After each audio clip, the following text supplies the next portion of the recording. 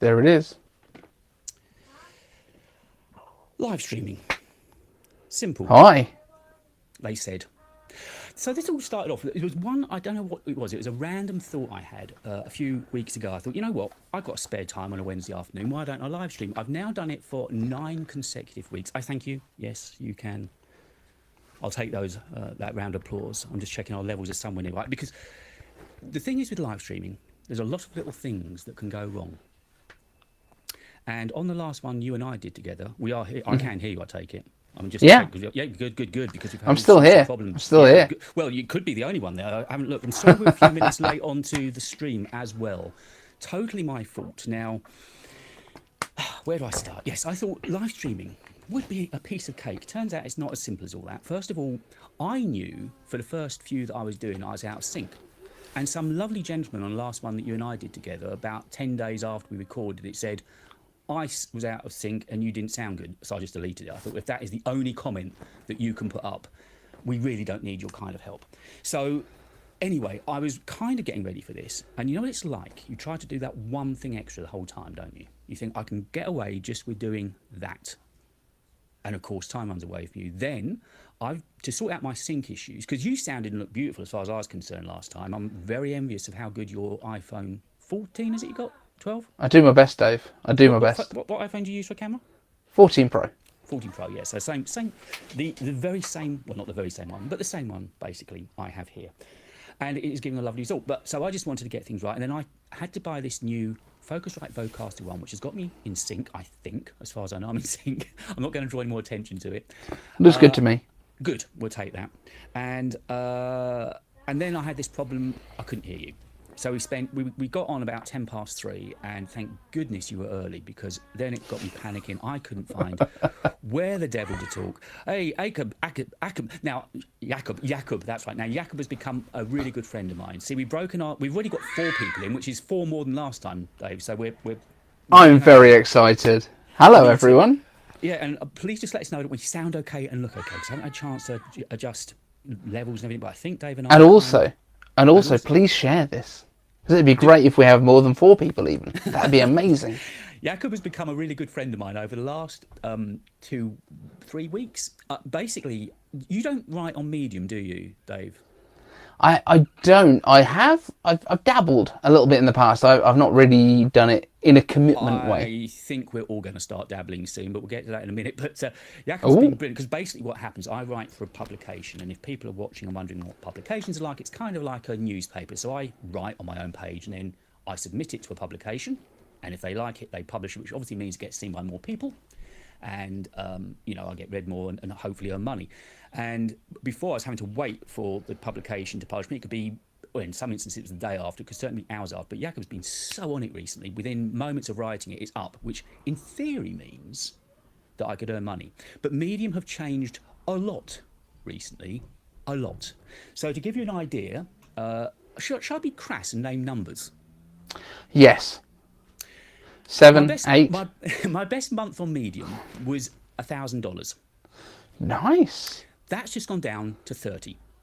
Oh, that's their change of algorithm. That's not as many. That's a smaller number. Dollars, is it? No, it's a much smaller number. That's very similar to how my peak on YouTube was compared to currently. Hello, Jacob. Lovely for you joining. Thank you for joining us in there. A bit on, sorry, glad to see David's a little on the quiet side. Am I? Okay, let me just turn myself... Which David? This is very difficult. This is true, actually, yes. I can't even say too many Daves. Both with beards. I'll be... Yeah, the one with the beard, that's the issue. sad true, Jacob saying, yeah. If you let us know if it's me, Jacob, or the other Dave, iCave Dave. David. Yeah, iCave Dave or David. I've just adjusted my volume a little bit, and it looks like I'm peaking about right, but I can probably do something to fix Dave if needs be. But yes, so I know you actually have earned some money out of YouTube. A little. Well, I can't say that I haven't. The month before last, I did earn $61. Smashing it. And Killing it. Stephen Geeks corners him as well. Talking tech. Oh, right. So I'm a little bit quiet. Okay. Let me see if I can jump back into Riverside and take myself up there. Okay. I mean, you sound good to me, Dave. I've got to say. Well, maybe it's always. Well, I'm too close to the mic now. Mic proximity will be killing people's ears. I've just iCloud Dave is a little on the quiet side. I think we're okay, though, aren't we? Audio and video is fine. Okay, well, I think we'll just settle there. If it's a little bit quiet, just maybe move the Mac closer to your ears. So yes, you, I know, have had a couple of decent months earning on YouTube, but so far I will earn again this month. I am now at $61 again. So I will actually put some money in the bank this month. But when you think of the hours, I was up till 3:30 this morning. I know, because you were messaging me.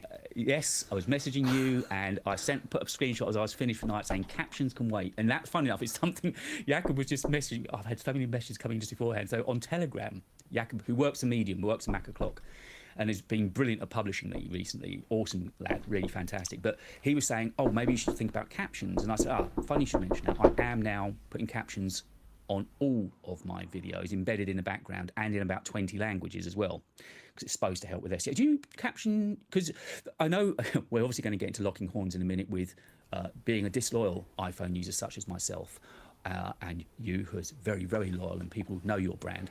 And also, of course, Final Cut and Premiere. Now, I know Final Cut has got that great thing with background remover. That's awesome. Hello, Steve, by the way. I think that's better. Good. Hey, Steve.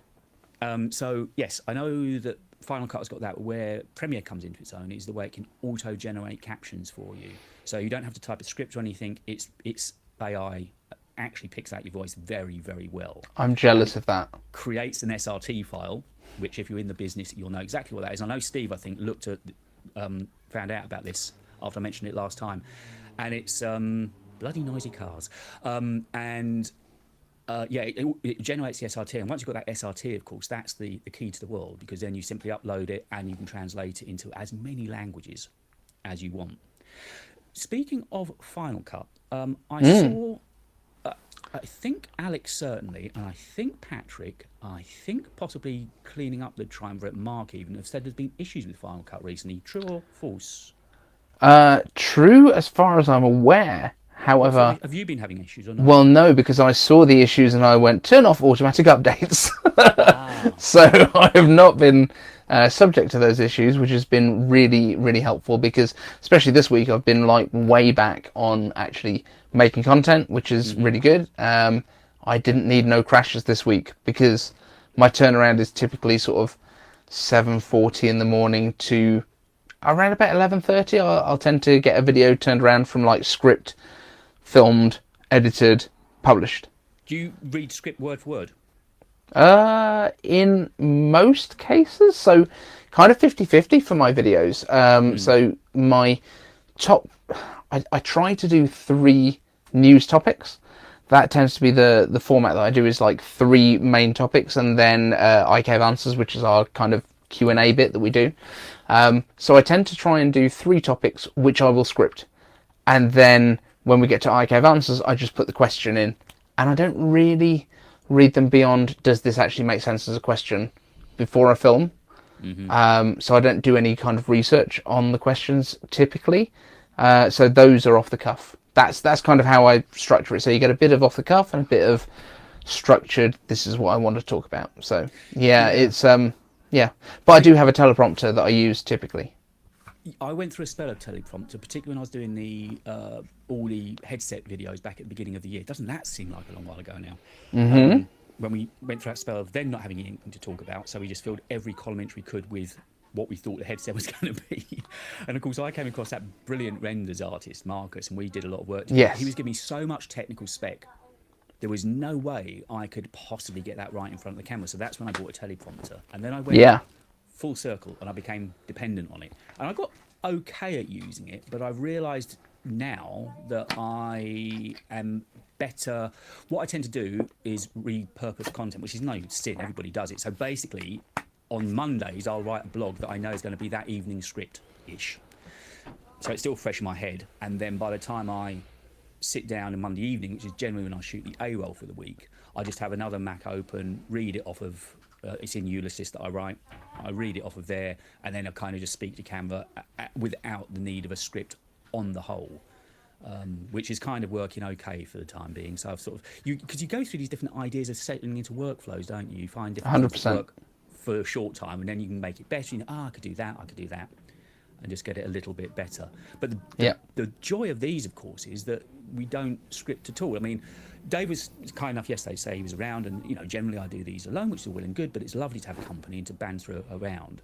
And I generally have an idea what we're going to talk about, and then it is very much who joins in and where the conversation leads us. And Dave and I have got some ideas we're going to be chatting about in just a minute, but I just saw that Jakob was saying that I benefit from the Adobe subscription. I sure do.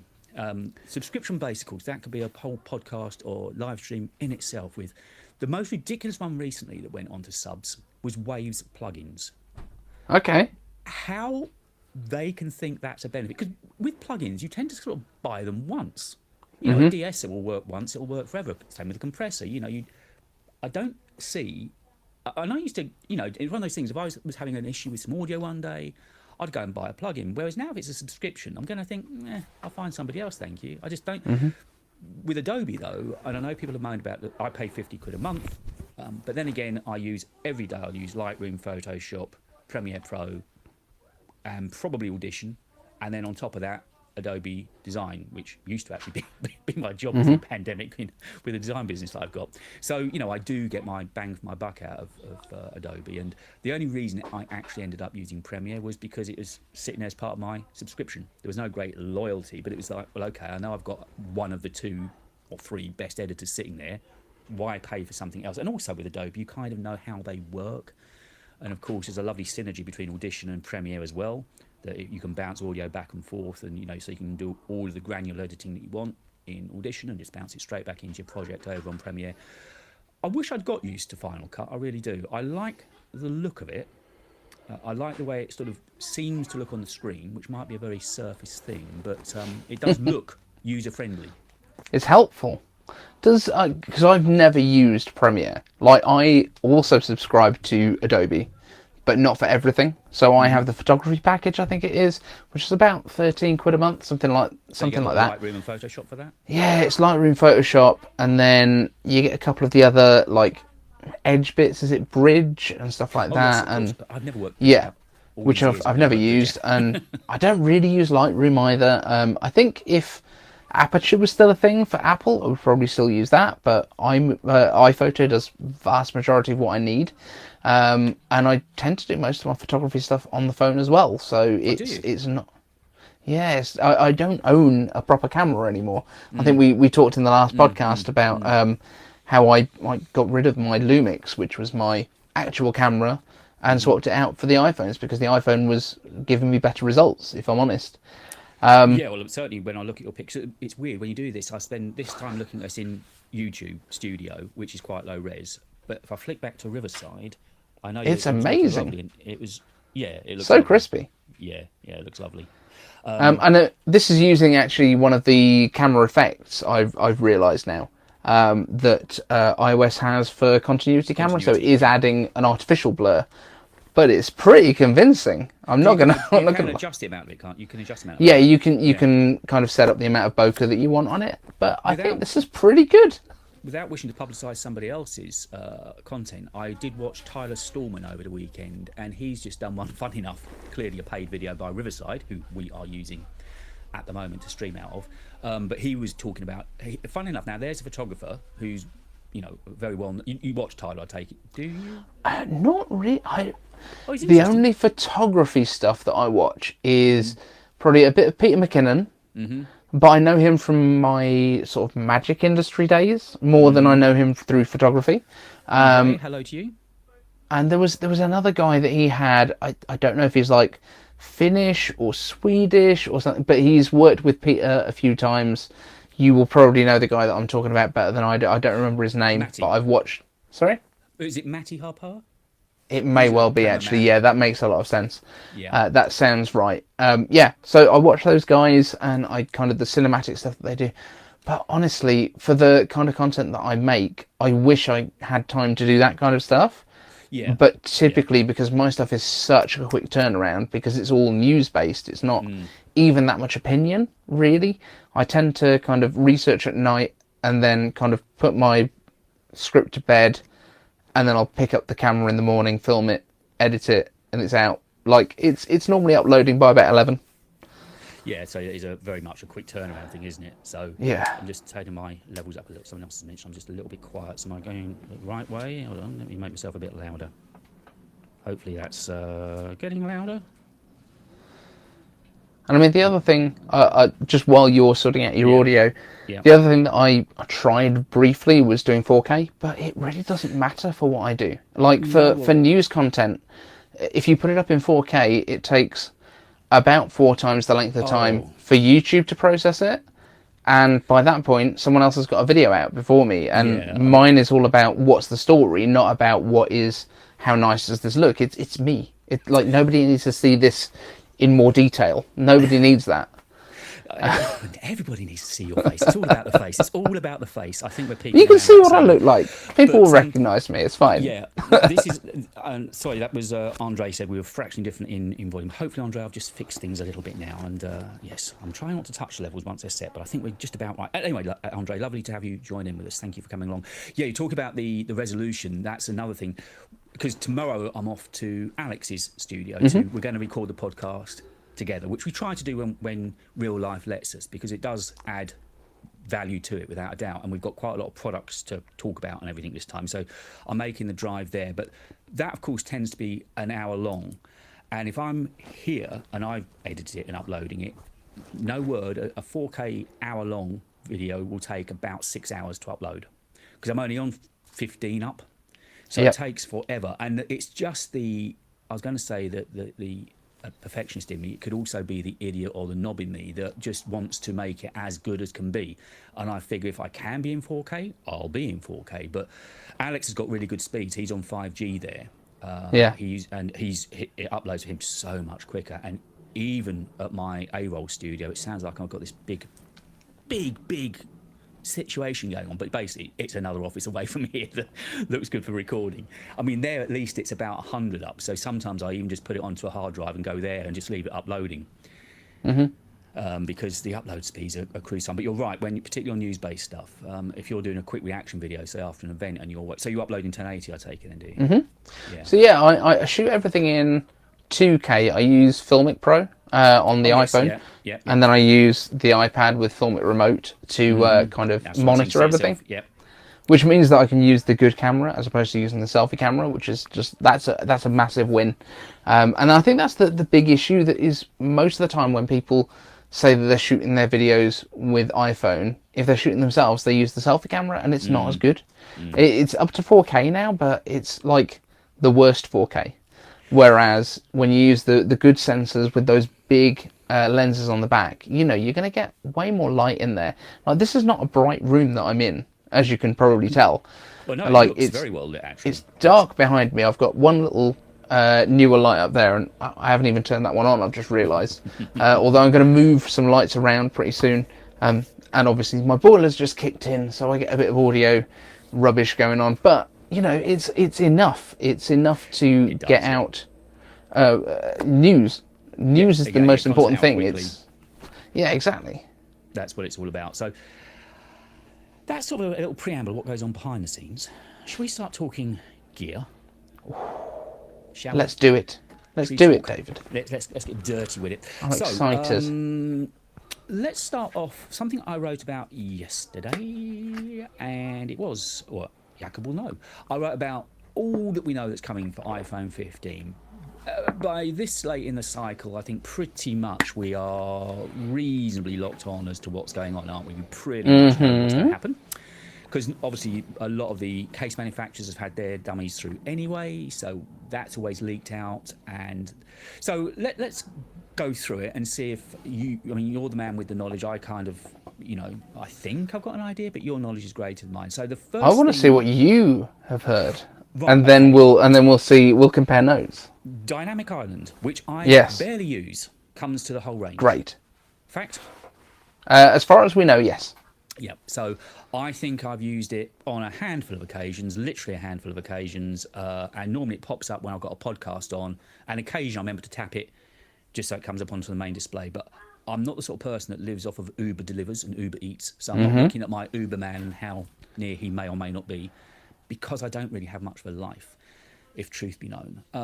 But so dynamic island I don't have, but yeah, I understand that's coming to the entire range, and frosted glass is coming to the whole range as On the well, back. on the back, Yep. which does look lovely. It is a beautiful feel. It lasts really well. That has lasted. I mean, it's perfect. Yeah. It's scratch. I don't use cases, and that's absolutely perfect. Still a year on, so I think those are two of the things I wrote about. And then, if I'm right in larger batteries. And now, is that across the range, those battery improvements? I think it is, isn't it? So, as I understand it, we have a couple of different features here. So, there is the faster charging, and there is the batteries are going to be bigger. And both of those are kind of related because the batteries themselves are going to be stacked instead of kind of wrapped, which is just a different technique of making them. Having the stacked batteries is going to give quicker charging. It's going to allow that. It's going to reduce the heat by all accounts, and it's also given about 15% increase in battery capacity across the range. That doesn't mean battery life. That means battery capacity, how many milliamp hours you can fit in there. However, because of the improvement in the chips that we're expecting to see in the Pro models as well, that's going to potentially make a massive difference in the battery, because we're moving to the 3nm process instead of 5nm, which means the Pros, even though they're going to have more intensive processors going on, are probably also going to have longer battery life than the regular models this year, which is interesting. So talking about the stacked technology, which I did hear about, do we know if that's been used in phones before? As far as I know, this is the first application in phones. I would be very surprised if it's the first application at all. But as far as I know, there aren't any phones that are using it. I haven't seen. If anyone does know of any, please do let us know in the chat. And Dave, if you can keep an eye on that, because I can't see it, that'd be tremendous. But yeah, as far as I know, Apple is the first to use this technology in a phone. I'm sure it's been used in other applications, as I say. But yeah, by all accounts, it's going to reduce the heating when you're charging. It's going to reduce the heating when you're using the phone intensively. And hopefully it should increase battery health over time as well, which is a win all round, I guess. So, okay, so out of the things that are coming to the entire range then, it is the frosted glass and the dynamic island. Thinner bezels is... Yeah, that would be for the Pros. Pros. There is one other major feature that you're forgetting which I forgot to mention in yesterday's video, and very much remembered today because that was kind of the focus of my video. Give me a clue. Give me a clue. It's something that Android has had for a while. Oh, everything. Oh, how dare you? How dare you? Don't forget, I am a turncoat. Yes, I know. I've heard. I judge you harshly. Yes, I can it's that port on the bottom. That hole is a different shape, isn't it? Yes. USB-C. I can just sit there and which do that, of course. Yeah. Sorry about that. I saw your tweets. Yes, USB-C, and even that, of course, all is not as it appears. Correct, because it's only on the Pros that you get Thunderbolt USB-C. Not 100% sure on that. It looks like it's going to be Thunderbolt in terms of transfer speeds and stuff, but USB-C is still way faster because it's USB 3 versus Thunderbolt, which is USB 4, basically. Yeah. So it's still way faster than Lightning has been, although Lightning has got a USB 3.0 version, which was put into the iPad Pros originally, so they could have done this, but they just haven't in terms of transfer speeds. When I bought my 14 last year, I'd been doing YouTube for about a year then, and I didn't have a camera, so I thought, well, the next thing I want to do is actually get a better camera. And as I'd never used a camera, I was really scared. I thought, well, I could buy one, I just wouldn't know how to use it. I could lose a load of time. Long story short, I bought the 14 Pro with a terabyte of storage on, and the mortgage is still being paid off. But I mean, and I thought, of course, getting back to this perfectionist thing, I thought I'll shoot in ProRes. Yep, and of course. Life will be lovely. And the video was bloody marvellous. Beautiful. But when you're shooting, let's say a 10-minute YouTube video, generally that would mean 30 minutes of shooting. That could be 55, 60 gigs on the phone. And I hadn't thought about getting it off. I don't think... Proved a tickle. I don't think I've used ProRes at all. I stopped. So... just quickly, I imagine. Yeah, but I bought it with a terabyte on, of course, with that in mind. Even though my file management was pretty good, I wasn't going to leave. As soon as that week's video was done, it was deleted and got out of the trash history. It was gone. But you know, I knew they were going to be big. But of course, I came back. I hadn't thought it through. I thought I'll just use AirDrop. Well, of course, 60 gigs is no way going to AirDrop. The lightning cable was burning before it would give it. The Yeah. only way I could do it is via image capture. So I had to have the phone hooked up with the lightning cable and then use image capture, and then I could At USB 2 speeds. exactly. So now Is that 480 that megabits rings a a bit. second? I think I've written that. Yeah, sounds about right. 48 megabytes a second, basically.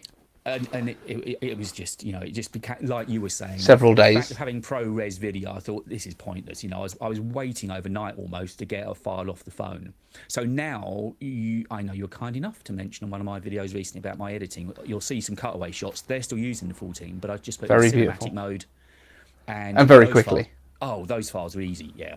The only Yeah. thing is, I'm sure, again, I'll defer to your greater knowledge. When you've been shooting in cinematic, Mm-hmm. it has to process, doesn't it, before exporting? Yeah, and honestly, It I've takes some time.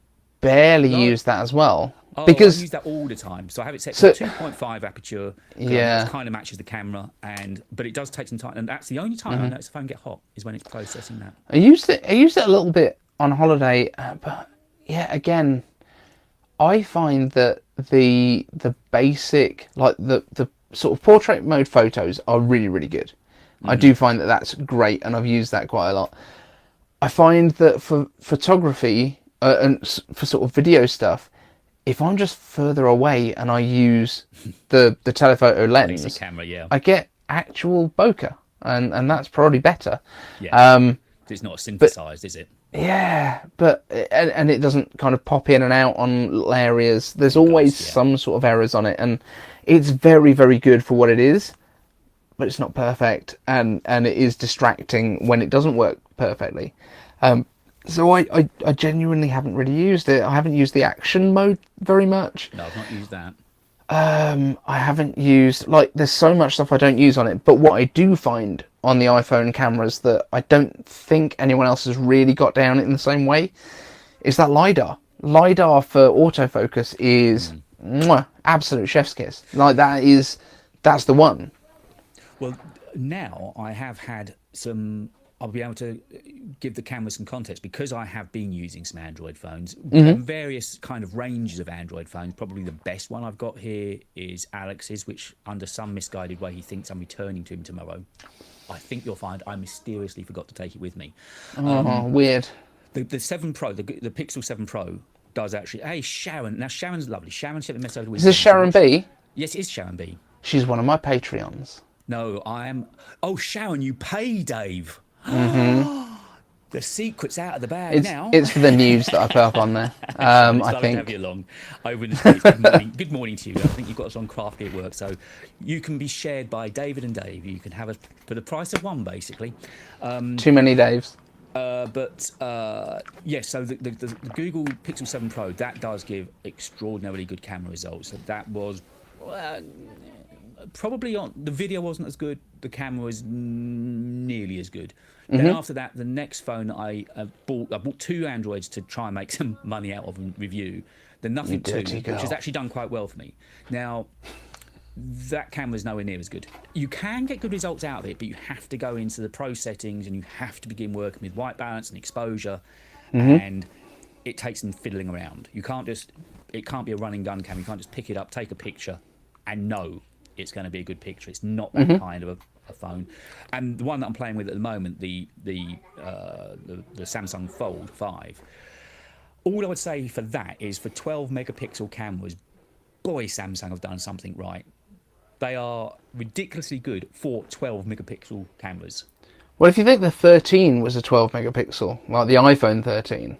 Oh, by the way, Sharon's just, I don't know if you're seeing the chat or not, but No. Sharon's like, I've let the cat out of the bag. She can't believe that you let that one out about the Patreon. Yeah, Sharon, you're banned. I'm going to put you on my blocked list now. Sharon, you're at the end of every video on the list, well, my honestly. friend. Like, you don't get to disclaim me at this point. You can't hide from it.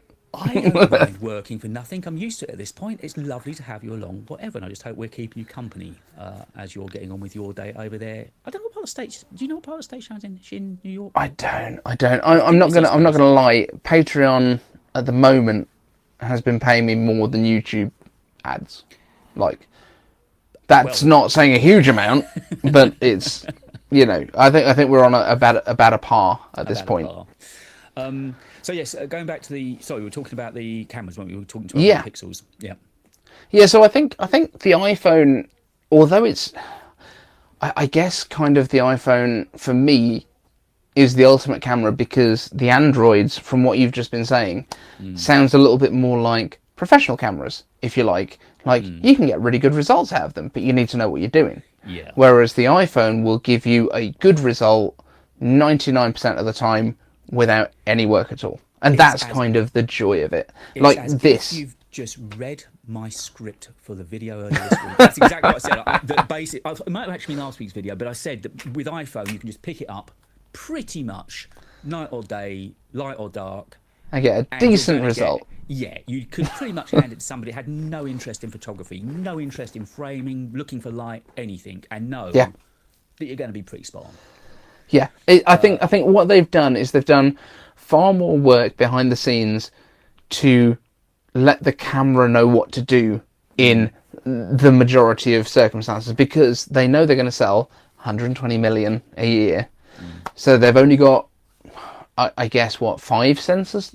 7 sensors, if you're going to talk about selfie cameras and stuff like that, per year that they need to actually worry about.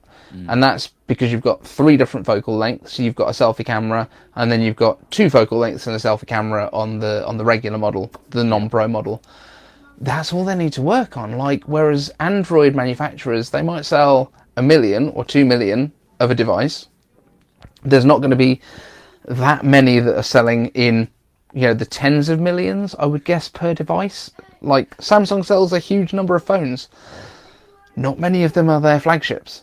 And when they're getting into the folds and stuff, they haven't got the depth to actually give them as much kind of play, I guess. Because when you fold it in half, you know, you've got only half of that is available for a camera. That's always been the issue with the phones. Everyone's like, oh, why have they got these bumps? Because if you have a bit of depth, then you can actually get a much better sort of lens stack to actually get some decent results. And yeah, I think Apple, because they limit the number of devices they make, that's why they manage to get really good results 90% of the time with, yeah, whatever you throw at it. Sharon, by the way, is in Virginia, for your information. Thank you. Another point that I'd made was that I've got 4 phones sitting here at the moment, and the iPhone does feel the most corporate. Does that make sense? But not in a bad way. It just feels like it's a working professional phone. There's kind of it's a tool. And whistles about. Yeah, which many have said of me too. But it's not as if it's no bells and whistles. It's just really good at what it does. Yeah. Everything you turn to it, it's going to do well, and it's got that not austere, but you know, that kind of almost aloof feeling. It's not trying to. It doesn't break sweat. It just does what you ask it to do day after day, and it'll work well. Whereas the others, they've all got things I like. And some of what I like is the individuality that I've found out with some of the Android phones, some of the things that you can tailor perhaps to suit your personality and likes a bit more. And I'd heard people talking about that before, but never really understood how locked down iOS was in comparison to Android. And that has been, I think, the most enjoyable thing of getting my hands on some Android phones. It now gives me better context of what I like or don't like with, well, not with Mac, because Mac sort of stands alone, but with iPhone and iOS. It certainly gave me some better context on that. But as we're talking cameras, of course, that's the other issue to talk about on the 15s this year. Now, the big headline act, the star of the show, I'm sure the one that will make the biggest splash with at the event, is this 5 or 6 times periscope, which is only coming to the Pro Max, correct? Yes, or the Ultra, potentially. I thought that had been dropped. Is there still a risk? Is it still a possibility it's going to be Ultra? I thought that had been buried, that one. So, I don't think anyone's said it won't be. But I think most of the conversation was about it coming with the 16. That's kind of where most people were expecting it. I have a feeling, because we've heard about this bigger price jump for the larger phones, that they might just say $100. Yeah, so I think we're going to get $100 price jump on the regular Pro. And we're going to get $200 on the higher level one. And the reason for that is we're going to get more storage on both. So I think they're base both now? going to 256. Yeah. Yeah, yeah, But because the larger one is going to get that telescope zoom, the periscope, yeah. I think they're going to go, yeah, we'll charge more for this. However, if they go for the ultra branding, then that kind of justifies it almost. Like, And if you call it an ultra, then you're not saying we've jumped $200 on the Pro Max. yeah, We've introduced the ultra at $200 200. Yeah, above yeah. the old I price. see your angle. That's a I marketing. That would be think marketing. I think that might be what they do. That's my take on it. And while we're just talking Pro Maxes and entry of 1300, Mm-hmm. which I think is pretty locked on now, whether it's still called the Pro Max Yep. or Ultra, but something I postulated about yesterday, something I very nearly used as a title somewhere because I thought it was wonderful clickbait, and are we going to get our first $2,000 iPhone if they put 2 terabytes of storage in the Pro Max this year? 2 terabytes is apparently coming. And we know they like to charge for storage. I would also say though that the S23 Ultra starts at what, 1250? I don't know what the maximum storage is on Samsung. No, that's the starting price for the S23 Right. Ultra, I believe. Yeah. So I just think if this 2 terabytes is, because I paid, and I think at the moment dollar and sterling price is about the same on iPhone. Am I right in saying that? Hurtfully, yes. So last year for my one, I paid, as I say, terabyte storage in it. That was 1,700 quid that I paid last year. I've So never gone quite to a terabyte. So that was, as we know by now, because of thinking I was going to shoot my glorious ProRes on it. Yeah. I was caught napping there. But anyway, so that's why I was thinking, well, if that was 1,700 and they're going to double the storage to 2 terabytes, it could easily be that we're seeing our first $2,000 iPhone this year. I think it's going to be just under. I think we're talking like 18.99 maybe. Yeah, 18.99. I think like $1,900. But yeah, I mean, when we're talking like the largest iPhone, which is going to be the Ultra, maybe $50 more than an S23 Ultra. Yeah. I don't think people are going to flinch. Can I also raise the question, Malud? What would you need an iPhone with 2 terabytes of storage on? What would you be using your phone for that you require that much storage that you're not going to offload or use cloud storage or whatever? I mean, I've not ProRes video. Well, you say that. I honestly, if I'm going to because you'll be able to upload it Well, yes, that's true. You will actually be able to use because it. you might have Thunderbolt on it. Yes, I was just going to look for my storage. I don't know why you would need it, but people keep complaining that a terabyte's not enough, and I'm like, my MacBook's got 512. Like, Well, as you my know, Mac Mini's got 256. I do a fair bit of video. I do a fair bit of photography. I do a fair bit of shooting. I don't know how well that graphic will show up, but I've used 49 gigs out of a terabyte in a year. Yeah, so I'm on a 128. Like last time, I got the 12 Pro Max. Isn't 128? Sorry? Isn't 128 tight? That's the starting, and no, I've had no dramas. Okay. The only time it got anywhere close was when there was a little bit of a bug with the betas, and it started like filling up the storage with system memory. But yeah, that's resolved itself. I set it around about 80, and I film everything on my iPhone because everything goes straight up to iCloud in the 2 terabytes of like family storage that we have for the Premiere package, because we use it all. Like, we watch Apple TV, we both use Apple Music. I play arcade games, the kids play arcade games. You get 6 accounts that you can put on. It's Are you like on the One 32. Huh? Are you on the Apple One bundle? Yeah. Yeah. $32 a month. Yeah, I figured with I sat fitness and worked out everything at the beginning else. of the year, and I think it saved me around about a tenner a month, 12 quid a Yeah. month, something like that. It's worth it because, like you, I use Apple Yeah. Fitness, Apple TV. I obviously now I've got Apple News as well. I've Yeah. got all that storage up there as well, and I do use iCloud a lot for just general storage, not just for the videos and so on that go up. Sending of course, that's the other thing. stuff. ProRes video. There's no way that would get to iCloud in a month with Sundays. Can you imagine at 15 up? I mean, that's going to take you a while, isn't it? It's But going to take a minute. Yeah, it's going to take a But minute. by the same token, if you were out and about filming a project and you were doing stuff outside the studio and you were just letting it go, because I have unlimited data on my phone plan and all that sort of stuff with 3, Except when I was on holiday, that was an absolute bind. I was like, oh, you've got a maximum of 12 gigs for the week. I was like, that's going to last me a day. Yeah. I was like, there's no way this is going to work out well for me. So mobile data off, use the Wi-Fi as much as I can.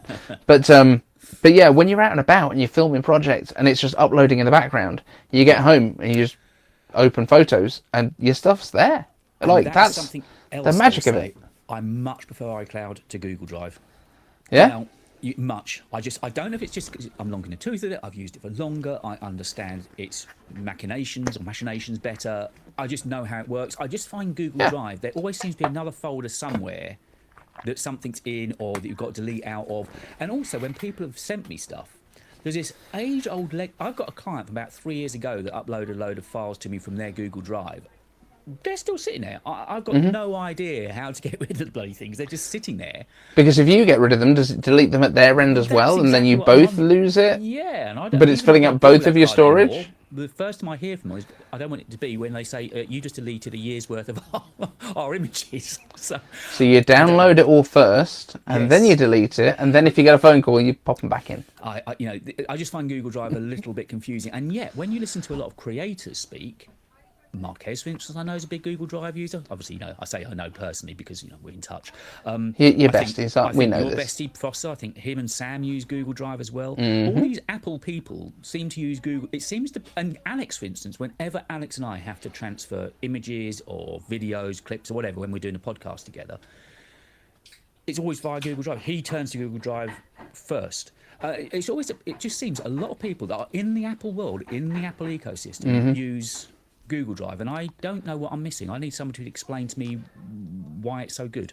So I would say if you're working with people who do not just Apple stuff, it's a very good option. If you are using iCloud, then it is going to probably cause issues for people on Windows stuff, and especially like for me, all of my documents sync up to iCloud automatically because I use Numbers, I use Pages, I use Keynote. I don't use Microsoft Office. I don't use Google Docs unless I'm at work.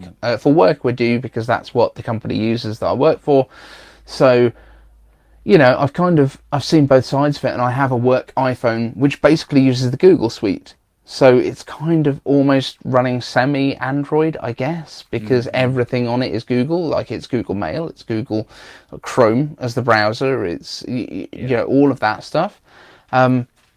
But yeah, I just find the iCloud stuff is so much better integrated. Like everything is so much smoother. It just appears.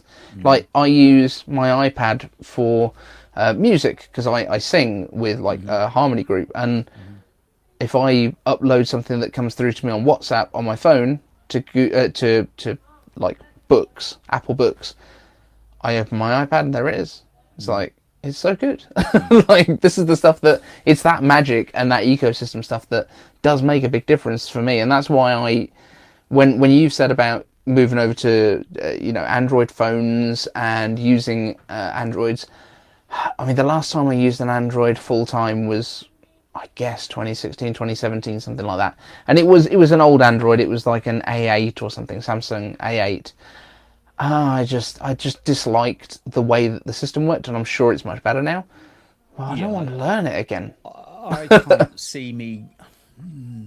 I don't think you'll find me leaving iPhone for good anytime soon. I still like it, and I still like the way it works with everything else. I need to try maybe the flagship. In all honesty, time is actually marching really fast. On this, we've still got a little bit to talk about. I think we'll only get to talk about the phone, but we've still got a couple of other subjects. Actually, what we'll do, we can talk about the phone today and finish off the phone, and then we'll talk more about the 3nm and the Max, and that'll also give me a chance to watch your videos so that I sound a little bit more informed. Does that sound okay with you? Yeah, by all means, whatever you want to talk about, I'll chat. So, yeah, this year. I was when I bought my 14 last year, it's the first time I bought a phone not on supported by a carrier, and I thought that was almost like buying a house. I wasn't renting anymore, so now I had collateral. And I thought, great, I can sell that phone next year. You can paint it when it's new, probably 13, 14. Do you reckon that's a fair guess this year? I could probably sell it. I reckon around about £1,000, because I always find that the base models of everything drop less value than anything else. Valid, yeah. And because I've spec mine up, less people are going to want it. They're going to be looking for a buy. But even if I get 1,000, I'd be happy enough with that. And I thought, well, then I've got £1,000 to chip into the new phone. So my plan had always been that I was going to buy the 15. Now I'm, I think I might do that horrible thing of buying it and possibly returning. I've never done that YouTuber's trick ever. Everything I've got, I bought and kept. But I'm thinking now, because I don't know how much it's going to be to really make content over. I mean, the bigger battery, what can you say about it on a video? Thinner bezels by millimeters.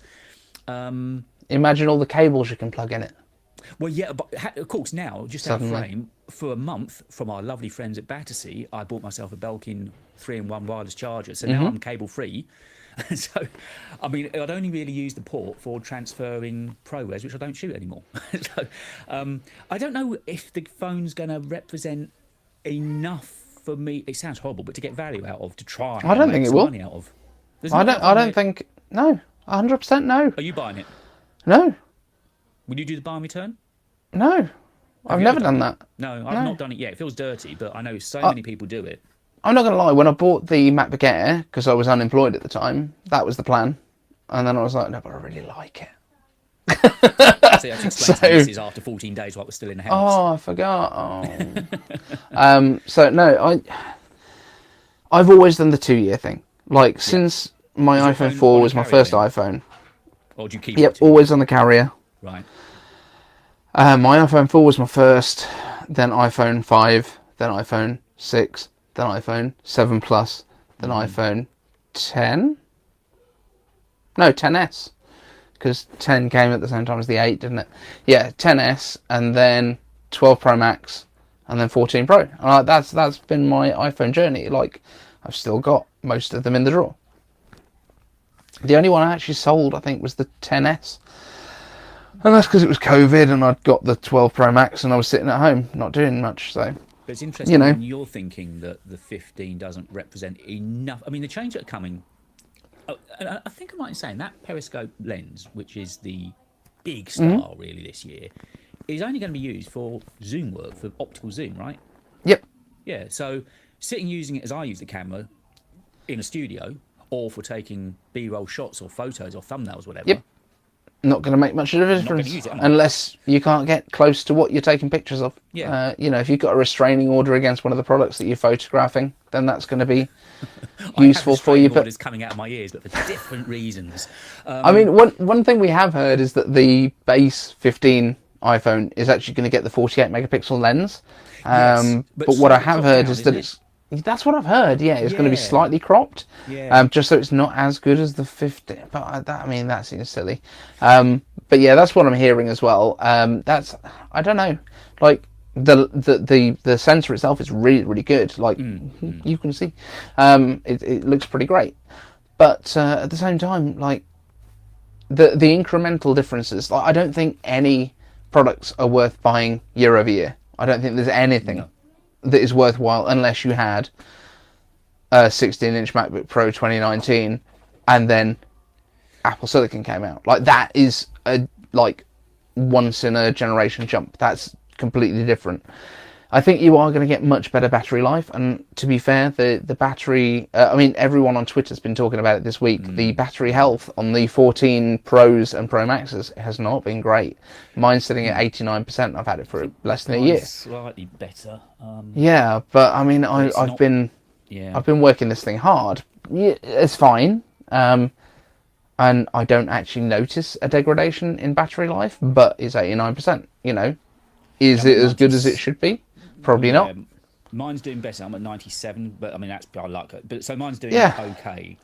But I have noticed this, for instance, because I haven't got a wireless charger in the bedroom, so I just use a lightning cable still to charge it overnight. That's what So I came into the studio this morning fully charged, and by mid-morning I hadn't done much with it. It was suddenly down to 68, 67%, something like that. And I thought, how can that be? Why would that be? It hasn't been doing much. Are you running betas? No, I've never put a beat on. Never put a beat on. So I mean, I am. The battery hasn't been brilliant. And there was one day when I went over to see Patrick Rambles. I went over to see him in Brussels, and that day, lovely. it was almost a year ago, and I made a mistake thinking I packed all the cables I needed, realised that I'd taken a USB-C cable, not a lightning cable, and that day I was on breath by the time I got back. I mean, because I was trying to get a lift to pick me up, and I was running around trying to find, please, I just need somebody to give me a charge. I just need 10 minutes to charge just to get. I mean that. But in fairness, that day it had done a lot because I've been taking a load of videos, load of photos. I think I'd had a map tracker on as well. So I've been in all sorts of work. So yes, and also I left home at about 4:30 in the morning or something to get to the airport. Yeah. And okay then, but I have noticed, it's patchy, the battery. It's not the best battery that I've ever had, but all that being said, I used to have a Pro Max, which was the 12, and now I've gone down to a smaller iPhone, so it's not going to be as good. So I guess like it's about expectation as much as anything else. But I never run out of battery because when I'm working, I'm typically on the road and I typically have it charging in the car, and then when I get home I've got a MagSafe charger on my desk, and it's like it never gets to the point where it is going to run out really. So I don't really have that drama. I mean, my Apple Watch is getting a bit desperate, but that's, it's an SE from the first day that came out in 2020, so it's 3 and a bit years. Daily use and 24-hour use generally as well, literally. So I can't really fault it. The other thing to sort of mention is there was this rumour that the iPhones were going to be separated because of production issues. There was going to be a delay on the Pro and Pro Max. That seems to, again, from what I understand, I'll spin my yard of rubbish to you and see if it's anywhere right. There was initially some issues with the thinner bezels on the production side of it, but once they got to the validation testing, am I right in thinking Apple kind of worked it out and now we're home dry, it's all good? Yeah, and I think we probably give Apple a bit too much of the credit on these things because Apple ain't making any of those components. That's BOE and LG and Samsung that are making displays. So I think it's Samsung mainly that are doing the Pro displays at this point. I don't think there's any major issue. Ross Young pretty much came straight out, Ross Displayman, who is the display guy in the industry, and it was like, they might be slightly constrained, but I think they're all going to launch at the right time, so there shouldn't be any dramas with that as far as we know. But it might be that you see the wait times like increase a little bit quicker, but then it depends what the demand's going to be like, because cost of living crisis and everyone's like feeling the pinch in terms of this, and it's going to be a little bit more expensive. So like, what is the demand going to be like? Perhaps Apple has actually increased the price because they think the demand is not going to be as high this year, so they can eke out a little bit more in terms of price per unit. So maybe that's part of what they're doing, so that their quarterlies still look good. I don't know. Their forecast was that they expected volumes to be down slightly, didn't they? I think. And I think they were down like 1% this quarter, and everyone was like, "It's a disaster," and I'm like, "It's 1%, guys." Admittedly, that's probably it's huge, but nonetheless. Yes, it's probably like 1.2 million phones or something. Is 1%, but it's still the numbers that they work in. Exactly. But it's still not a huge dip, and because of these numbers that we're talking about, I mean, when we were talking about the Android phones, this is the reason that Apple is never like on that cutting edge of like what can be done hardware wise, is because nobody can make the volume of hardware that they need, the volume of components to actually put anything cutting edge in there. Like, they have to make sure that they're going to have like the reliability, because they can't be recalling 50 million phones because one of the components is ruined. So when they decide to go to USB-C route, suddenly the amount of supply that they've got to have of those ports, the amount of physical hardware that they've got to rely on their suppliers to be able to produce year on year, a simple, seemingly simple change like that has massive ramifications. And the thing that I don't think anyone's really talked about, I know 9to5Mac reported on this yesterday, and I'll put it in today's video, is it looks like the iPhone 14, which they always keep the previous model around the following year typically, it looks like the iPhone 14 is getting a new model which will also have USB-C on it. Right. So you won't get like a Lightning version. You'll get a USB-C version of the iPhone 14 from what I've seen. This is kind of an assumption based on some fragments of code in Apple TV, and it's one of those, like, it seems a little bit kind of edgy, but I mean, it makes sense a little bit because they haven't got to do it this year. But if they're going to they've move gone till everything spring over, 24, haven't they? Until they something like that, but it's only products released after that. Yeah. So they can still sell products that they've already introduced that exist with that port, so that's not a problem. So they could have done it with Lightning. They could have done the 15 with Lightning and changed for the 16, but they're not, from what we can see. And just making sure we've done our job properly in looking at the 15, which is how this particular live stream has worked out to be, which is fine and dandy with me. So we've covered the battery, we've covered the bezels, we've covered the USB-Cs. We're getting a couple of new colours, aren't we? Or blue or red? Where are you going? It's tricky. Like, I really want red, but I don't think it's going to be red. I think it's going to be some weird, like, barely blue, dark greyness. Yeah, I saw some renders on Twitter yesterday. Enough looked drab though, didn't it? To be fair, the one that we really wanted was, like, Apple for the past few years has done a lot of kind of following what Pantone's done with their colour of the year. So, like, they did a blue, they did a lot of those kind of colours came through, and last year's was like a magenta. So I was really hoping they were going to go with a magenta red kind of colour, but it doesn't look like it. It looks like it's going to be like a sea blue kind of thing. I hope. I mean, it's dull, but does it matter? Lovely. So you're the only person that doesn't put a case on it anyway. No, not exactly. I'm weird like that. I'm not going to. I didn't. I've got a beautiful case I bought on the same day that I picked this one up from the store in Kingston, the Apple store in Kingston I went to last year because battery wasn't open then. And I did buy a case on the day of thinking, this is so expensive. I've got to, but I just like the shape and the feel of the phone. That's the problem. And it was hidden. Yeah, I mean, you just don't get that, which is part of what you buy the phone for, right? Yeah, the tactile experience of it. And honestly, I've been exactly the same. But Picata, I think it is, sent me one of their sort of carbon fibre-ish style cases. It is so light. It's almost imperceptibly light. And it's just made the point. I know, so you can't see the chat saying that. Look at how constrained the Vision Pro is. They can't get enough components for that. Exactly. I mean, and that's very much on the components. Like, everyone was like, well, if they made it cheaper, they'd sell more. No, because they can't make any more of them. Like, they might as well sell it and get the cash out of it, because Sony can't make the displays. It looks like 100,000 displays, or 200,000 displays, I guess, because it's 100,000 headsets, is what it looks like now. But I think last time we spoke, which was, 4 weeks ago? Something like that. We were looking at maybe 350,000 units, which is 700,000 displays. That's a massive drop. They just can't make them. Like, Sony's obviously just gone, oh, these are actually really hard to make. Yeah, crikey, we didn't realise. Yeah, exactly. But that's what I say, whenever Apple suddenly decides to factor in something new, be it a new display panel, be it a new port, whatever. So a couple of things we do need to talk about before we finish talking about the phone, so that we don't get messages saying, you two didn't talk about that, and you said it was about iPhone 15, is the action button.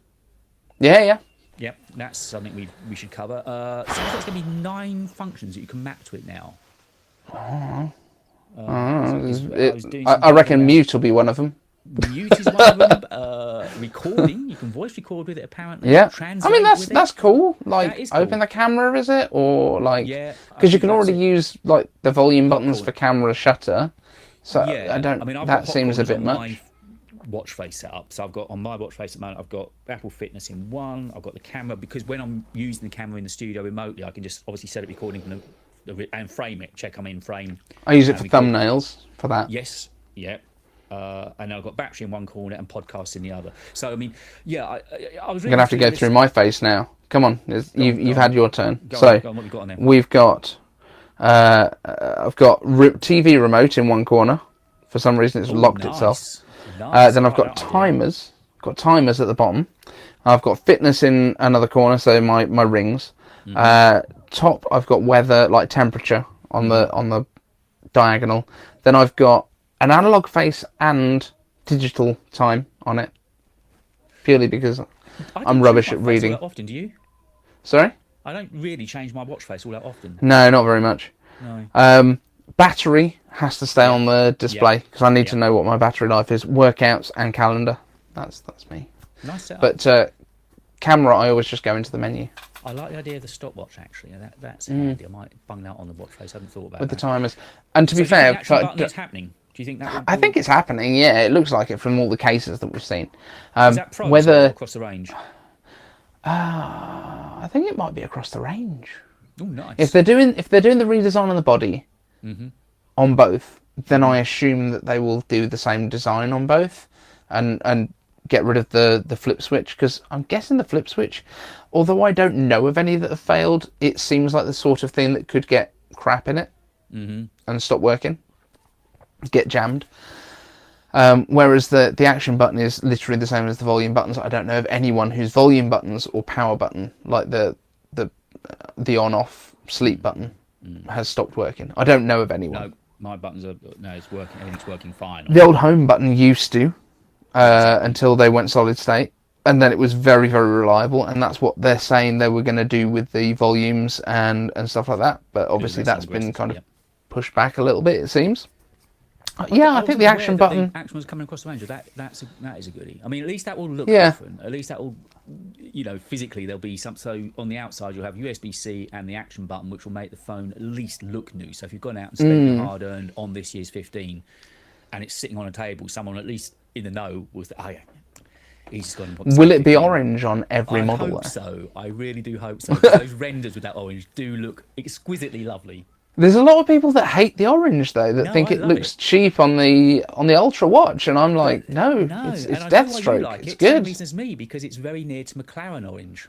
Yeah, exactly. Yeah. And I've got my hat. Like I knew and that's I mean, contractually for work, I have to support McLaren now, so that's fine. What is your company? Jack Daniels is down the side. Is it? That's why we were there. You've been making them good sales. Mm-hmm. Damn. It was Silverstone was the first event that we went to, and yeah, it wasn't a bad, not a bad event for McLaren. I must count as a friend next year. Absolutely. If you can open a bar, then we can talk about some tickets. Okay, so running down it. The other thing we should just cover is dates. Now, it's the 12th or 13th, Tuesday or Wednesday, 12th or 13th. Everyone was saying the 13th, and now, yeah, that was what everyone was saying, and then Monsieur Gurman, Le Gurmanator, has kind of put his chip down on the 12th, I think, which is the Tuesday. So I think Tuesday is probably the most likely. Normally Tuesday is more regular. Last year was a Wednesday, I think. So then we'd get phone, let's say, argument's sake, on the Tuesday, then the following Monday, iOS is released, and the Friday after that, so like 10 days after the event, the phone will be on full release. So iOS would drop on the Monday. Yep.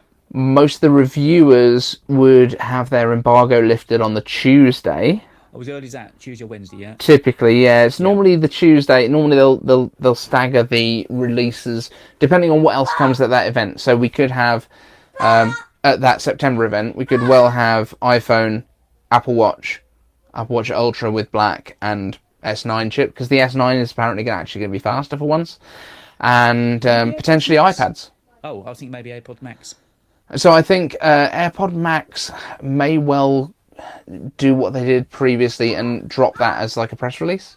Because even the original announcement was a press release in was that a website early December, wasn't it? Yeah, it was a newsroom release, but it never had like an event. But it seemed like they wanted to put it in an event because they had the full announcement stuff.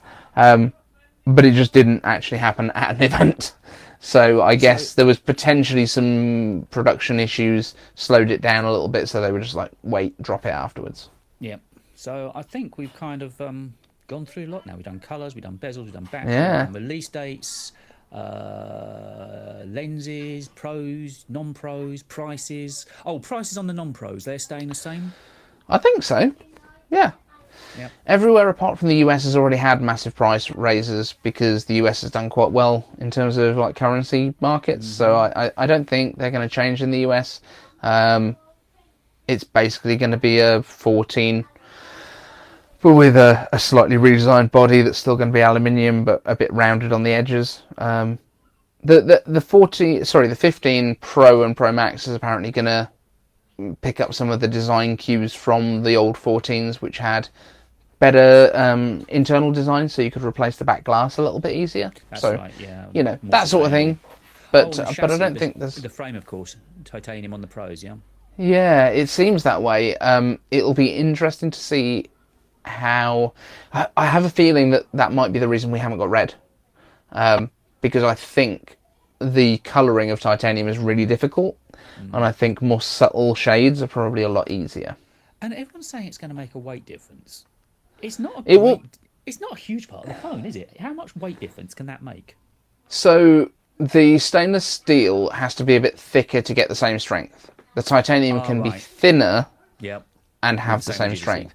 Yep. But if you're going to put a curve on it, then it's going to be thicker around the edges. Do you know what I mean? Because it's going to sit further out from the display It's interesting doing the flip and unless flop you because Apple's curve the talking about glass. rounding off, curving the glass, aren't they? Well, that's what some people have said. My thoughts were that the titanium would come up and still have a flush, flat piece of glass, like on the Ultra watch. That would have made much more sense for me is if they like curved the metal up to the glass, because then you have a flat glass, and that's surely going to be stronger. If you've got the glass protruding over the titanium, then the glass is surely a lot more vulnerable, even if it's Proud, ceramic yeah. shield. Because interesting, But we'll I was see. hearing these stories about possibly Apple going the curved route, and in the same model year, Google are talking about straightening their curved edges off. On the Pixel that I've got here, it actually is lovely because it's almost like an infinity pool. It just curves enough around the edge that the screen looks really good. It's one of my favourite features on that Pixel. But they're talking about squaring off this year, so I don't know if they're just flip-flopping. One's going straight and one's going, they're just To be changing position almost. To be fair, the 6, 7, 8 generation all had that curved glass at the edge, although the bezels were thicker. But I don't know, it just One doesn't. thing I would say is, though, with the Pixel, as much as I think it looks lovely, it feels a lot more slippy slidey with that curved glass. Doesn't help that the back of their phone is really highly polished as well. So it always feels kind of unsafe. It just feels at any moment it could go because you've got a polished surface both sides. So I it do like the actually sort of visor thing on the Pixels. I think that's quite a nice way of putting them in, so Yeah. the It's camera, it's so a it actually Marmite. sits flat-ish. Showing it around, it's definitely a Marmite. I've got used to it now, I quite like it. But say the curved glass, I don't know if it's the curved glass that makes the Pixel feel like it could go flying at any point, or the highly polished back. The only thing is, at this point, I'd say I'm slightly reserved about the idea of a curved glass because it just seems to make it feel as if it's going to Yeah. be more vulnerable. That might just be I would- ramblings. Yeah, I would say every picture I've seen of the titanium has shown that kind of grain, like the old Mac OS had in the aluminium, like in the interface, but not on the actual devices. Yeah. I don't think it's going to look like that. Every time that Apple's done titanium in the past, they've basically painted it. But in this, some of the patents that have been there have been about like impregnating dyes into the titanium itself and then putting like a gloss finish over it. So Right. Yeah. I don't know if it's actually going to look like titanium. Well, But I think the leak that we saw is probably like an unfinished, like this is out of the machining, as opposed to this is what it will look like. So 5 weeks' time, we will know the answers. I hope so. Lovely. I think we'll take a wrap on that one then. David, thank Beautiful. you for joining me. Sorry it's a little bit hairy at the start, but It's all right, settled you down beautiful into a lovely man. Conversation. Well, you got to spend an hour with my company. Well, I'm sure it's made your week. Absolutely. Having a week off work was pretty dull until now. And then I popped along and said, "Here, fancy joining me?" I'm still editing. It's midnight. Yes. I feel so tired. I really do. It seemed like a good idea at the time. I was And literally it has still put me wearing in a good my position. I don't VR have to do an headset. awful lot now. The video is, I've got the thumb done, I've got the description done, and it's all edited. I've done all the subtitles. I think all I've got to do is have one more run through it, and I'm going to schedule it for 10:30 tomorrow morning, by which time I should be just about arriving at Alex's. So I'll Sounds have like my a full win. views for the week when I'm recording the podcast tomorrow. Don't forget, if you're watching this on the replay, do get in touch and let us know. Thank you, Sharon. Glad you enjoyed it. And thank you everyone else Thanks, that's Sharon. been part of the show. Yes, if you've got any ideas of what you'd like me to talk about, either with it's Dave in the future or myself, whatever, just let us know. You can get in touch with me via my website, talkingtechandaudio.com. Check out Dave. He's putting out loads of content as well at the moment. So if you've enjoyed our ramblings about iPhone 15, Dave has got a load of content that he's been making recently. More videos coming as well this week, you said, haven't you? Yes, I'm definitely going to be doing at least 2 more this week. There's also some shorts coming with review bits, and Nice. I've got a VR headset here to give away in the next week or so, Oh, so I'll that'll be mention that in fun. the description to this as well. So if you're watching it, don't go and check out iCave Dave's channel. And Jakub, thank you very much indeed, Jakub. Lovely for having you along with us this afternoon. Hope you enjoyed it, and thanks for all your work over at Medium as well. And yeah, I do publish on Medium, so if you're a reading kind of a person, go and check me out on Medium as well. Dave, I'll let you get back to editing, uploading, and making content. And I'll be back next Wednesday at 3:30. I see no good reason why not. Thank you for joining us this week. And Dave, thank you once again. Love you all. See you soon. Bye. Thanks.